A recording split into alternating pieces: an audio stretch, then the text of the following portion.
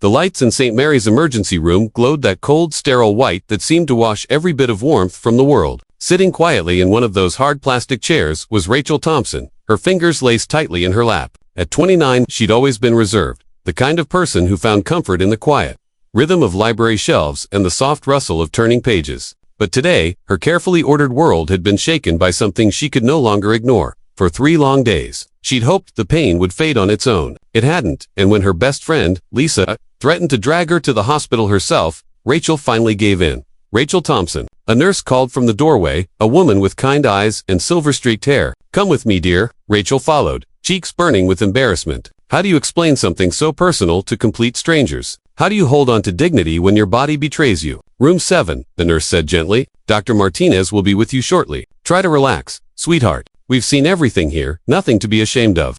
Inside the small exam room, Rachel changed into the thin hospital gown and sat on the table, her heart pounding. A soft knock sounded on the door. Double quotes, "Ms. Thompson, I'm Dr. Martinez." She looked up to see a man in his early 30s, with warm brown eyes and a kind smile that immediately eased her nerves. There was a calmness about him, a steady, respectful presence that made her feel safe.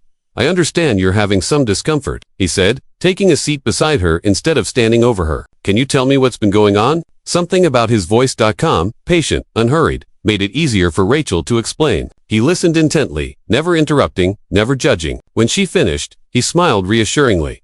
"What you're describing is very common," he said. "It's a simple bacterial infection, treatable, and nothing to be embarrassed about." The examination was quick, respectful, and professional. For the first time in days, Rachel felt her anxiety begin to fade. "We'll start antibiotics today," Dr. Martinez said, washing his hands. "You should feel much better within 2 days. And if you need anything before your follow-up, please come back." As he handed her the prescription, their fingers brushed. Rachel felt a flicker, something gentle but real. "Thank you, Dr. Martinez," she said softly. "I was terrified to come here." He smiled. "That's what we're here for. And please, call me Miguel." A week later, Rachel's infection was completely gone. Her follow-up was with another doctor. But before Rachel left, she heard something that made her heart skip. "Dr. Martinez asked me to tell you he's glad you're feeling better," said Dr. Williams. "He doesn't usually follow up with patients personally." Rachel left the hospital smiling, healthy again, but carrying a strange sense of loss for something that had barely begun. 3 months passed. Rachel slipped easily back into her quiet life at the city library. Sometimes, when she passed the hospital on her way home, she thought about Dr. Martinez, that gentle voice, that warmth in his eyes, and wondered if he ever thought of her. 2.1 Saturday afternoon, as she restocked medical journals, a familiar voice spoke behind her. "Excuse me, could you help me find something on community health initiatives?" She turned, and there he was, Miguel Martinez, dressed in jeans and a soft sweater, smiling that same easy smile. "Dr. Martinez," she said, surprised by how happy she felt to see him. "Miguel," he corrected gently. "And you're Rachel from the ER, right?" He explained he was researching ways to bring healthcare to people in rural and underserved communities. She showed him where to find resources. And soon, their professional chat turned into something deeper, conversations about life, purpose, and dreams. When her shift ended, Rachel surprised herself. "My shift's over in 20 minutes. Would you like to grab a coffee and keep talking?" Miguel grinned. "I'd love that," over steaming cups of coffee.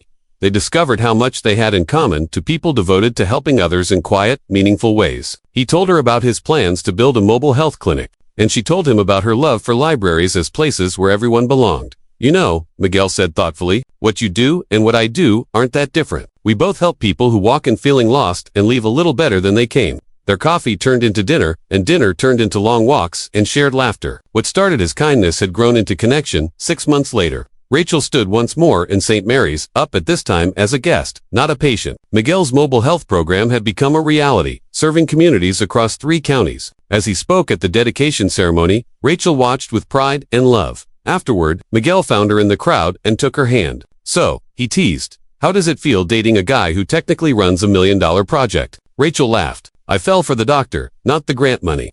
"Good thing," he said with a grin. "Because I fell for the librarian who helped me find what I didn't even know I was looking for." That night, sitting together on Rachel's couch, surrounded by books and medical journals, Miguel admitted softly, "The day you came to the ER, you were so scared, but you came anyway. That kind of bravery changed how I see my patients, and people in general." Rachel smiled, resting her head on his shoulder. "And I learned something too. Sometimes, the moments that embarrass us most, the ones that make us feel small or vulnerable, are actually the ones that bring us the people who matter most."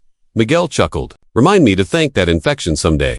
She laughed, but deep down she knew he was right. Because sometimes life's most uncomfortable moments are really hidden gifts, doorways to kindness, to courage, and to love. Whispers of Kindness, reminding you that even the smallest act of compassion can change a life. If this story touched your heart, don't forget to like, share, and subscribe, and tap the bell so you never miss a new story of hope, empathy, and human connection.